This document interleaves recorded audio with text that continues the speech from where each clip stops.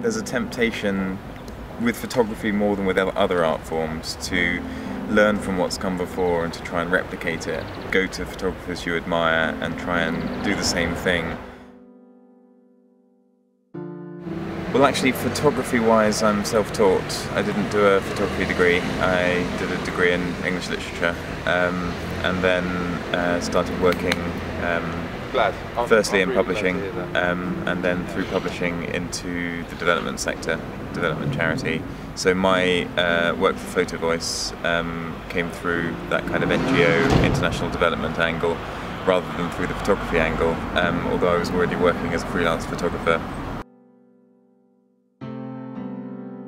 I consider myself a practitioner, participatory photography practitioner, and my own work is my personal work, which might qualify as art. I think photography is extremely powerful. I think its immediacy and the fact that it has the same kind of level of creative exchange that you get from perhaps painting or creative writing, and yet it has this direct link with reality, so that anyone that sees a photograph that's been created by someone else, there's something there they can instantly relate to. They can have a reaction as if they're seeing the actual subject matter themselves with their own eyes. I didn't really ever plan to be a professional photographer. That was something which was more a passion, more of an interest than something I wanted to do professionally. I was always directed at charity work. Well, at the time I was working on a voluntary basis for another charity, which I'm now the chair of the trustees for. It's called Hindu Vidyapith Nepal, and it works in Nepal. And that was kind of my first foothold into the development sector. And then I was working as a freelance photographer as my way of getting by money-wise. So the role at PhotoVoice came up, and it just seemed to me to link the two things very nicely. So I applied with that in mind. And I've now been at PhotoVoice for nearly 7 years, so I haven't found anything better. I was originally project support and office manager. At the time there were only 3 people. There were the 2 co-founders, Anna Blackman and Tiffany Ferry, and 1 fundraising staff. That was it, that was the whole organisation. So I came in to provide background administration to the entire organisation. So it was office management and also working on the projects. And then I moved up to project management as soon as we started to grow. I quite enjoyed the varied nature of the role, but it was always projects that I was really interested in. I enjoy kind of jumping around and letting ideas spark up from one that I can apply to another. For PhotoVoice at least, we're always trying to tread new ground, and we're always trying to think of ways of doing things in terms of campaigning, in terms of projects that haven't been done before. So I like researching, getting ideas from projects that other people are running and trying to apply them in new ways in different contexts. We're not issue specific, so what we're really doing is enabling other people to be able to advocate for issues that are important to them. So what we're really, if we do have a single issue, it's the issue of voice poverty, it's the issue of people not having a platform, not being heard in society. So we're trying to address that in a number of different contexts, but there isn't a single issue as there is with most campaigns. I think I'm a campaigner, but not necessarily an activist, but each of our individual projects does enable activism. It's more about finding ways to enable other people to speak out through photography. So it's promoting photography as a tool to allow people to communicate, to express things that are important to them, and also to advocate where advocacy is the best route to bring about social change. Because each of our projects is different, sometimes the outcomes are softer, sometimes they're more about just trying to promote dialogue between people and between different groups, or in some cases it's more about therapeutic benefits for the people who don't feel otherwise that they can speak out or express themselves, and through photography they can find that route.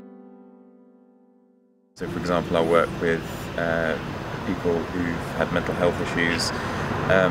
I'll work with children with autism. I'll work with blind and partially sighted people.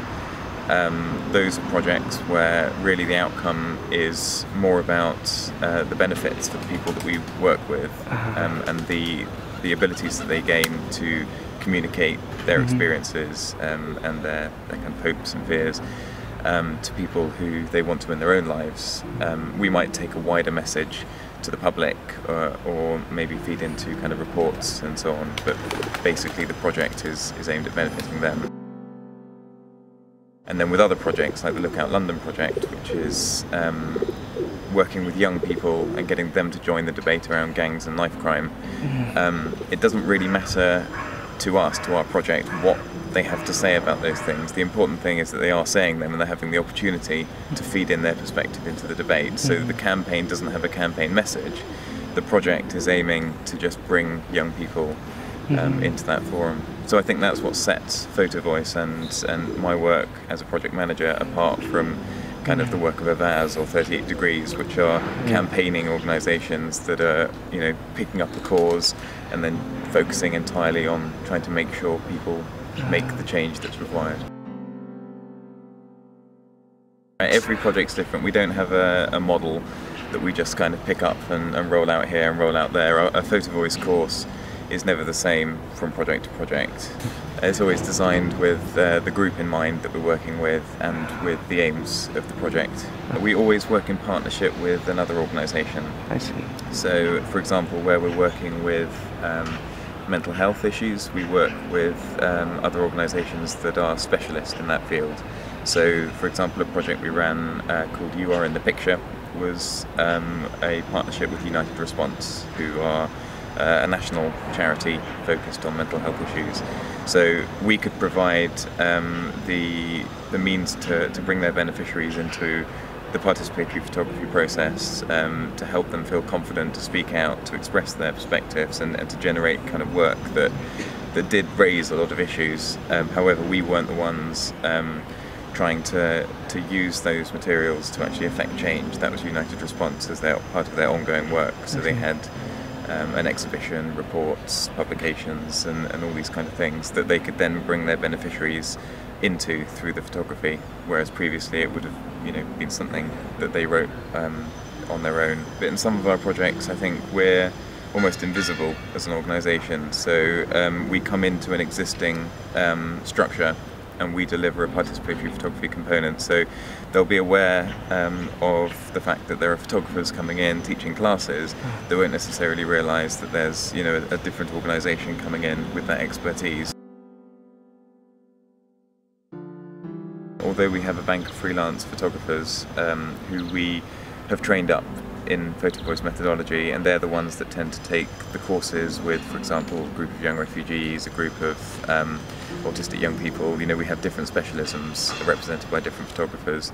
I'm quite often running shorter courses of workshops when I can spare the time out of the office, because it's very important for us to bring the learning back into the design process of our projects, as well as, you know, just kind of capturing learning and monitoring existing projects. A lot of our projects, because we're working with partner organisations, I'll go out and I'll train members of that organisation so that they can embed PhotoVoice methodology in their ongoing work, and so they can support the participants of the project that we run. The first is the thing that attracted me in the first place, which is that it combines my love of photography with my desire to work in international development. So there's no doubt that that's a draw. I think if I was as busy as I am at PhotoVoice with another organisation that didn't have the photography connection, I might not be able to do photography, because obviously it would come second to, you know, my international development work. But because I enjoy it so much, I love the fact that I can do it at the same time, and it's actually kind of combined with the work I'm doing in international development.